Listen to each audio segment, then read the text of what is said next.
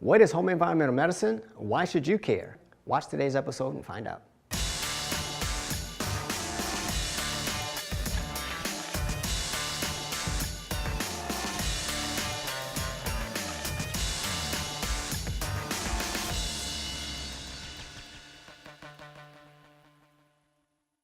Okay, I want to introduce a new paradigm of the healthcare industry I call home environmental medicine. Home environmental medicine is basically when you have an indoor environment, there is activity in that space that is visible and invisible that will affect the chemical releases in your brain that will either cause stress in the body or eliminate stress in the body. So home environmental medicine is an application that I created so that I can actually use the physical space of a person's home to relieve stress triggers in the brain and help them to recover. One of my main focuses of interest in home recovery is the bedroom. If a person does not get a good night's sleep and they don't go into REM phase of sleep, the body will not recover. So my general focus is on what are the hindrances to a person actually falling into sleep and sleeping through the night. One of the factors could be, for example, particulate matter, otherwise known as dust. Dust can impede your respiratory system. It can cause nose runs. It could cause coughing and gagging. And these things can be a hindrance to your ability to actually sleep, even though you may not be aware of it. Once an air purification process has been taken place,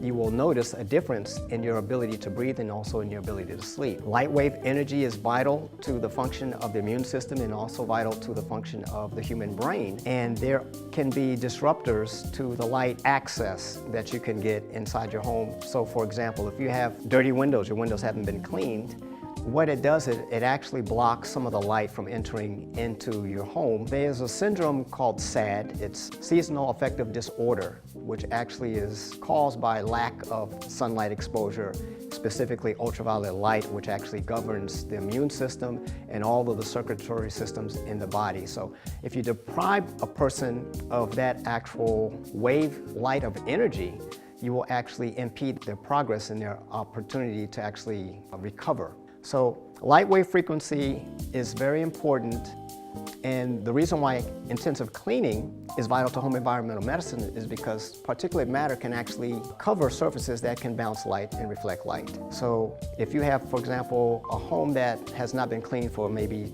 20 days or maybe 20 years, you're going to have accumulation of particulate matter that's going to cover the surfaces that light needs to bounce off of or light needs to transmit through.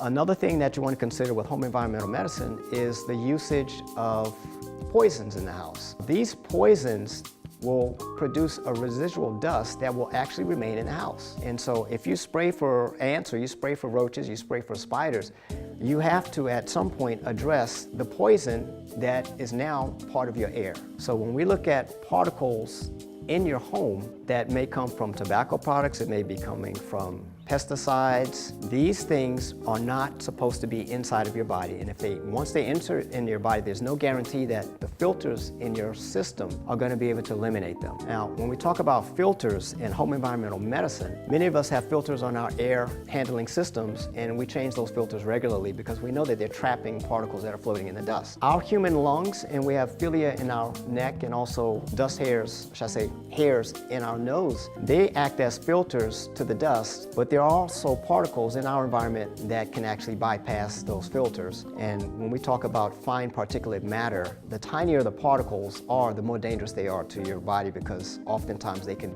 bypass the filters and end up damaging your cells. So if the particles are small enough to float in the air and you breathe them in, they enter into your bloodstream, they can translocate to any part of your body, and that's going to cause cancer. What will happen is the cells that surround that particular organ where that particle is will start to die as a result of this particle being there. Now, it could be a particle that may be non-toxic. It can also be a particle that is very toxic, which is, as I would call, a double whammy. So you have situations where you have particles that can be airborne that are not toxic, but they can get stuck in the body and cause damage. In this episode, we just scratched the surface of some of the things I'll be covering in this series. And if you're a person who is providing care for a loved one in their home, there's a lot of things that are being missed that are actually impacting their health and their ability to live a happy, healthy life inside their home. I'm the incredible Gregory Hunter, and I can't wait to help you live an incredible life. This is not maid service, this is intensive cleaning. So reach out to us with the information below, and we'd be glad to help you.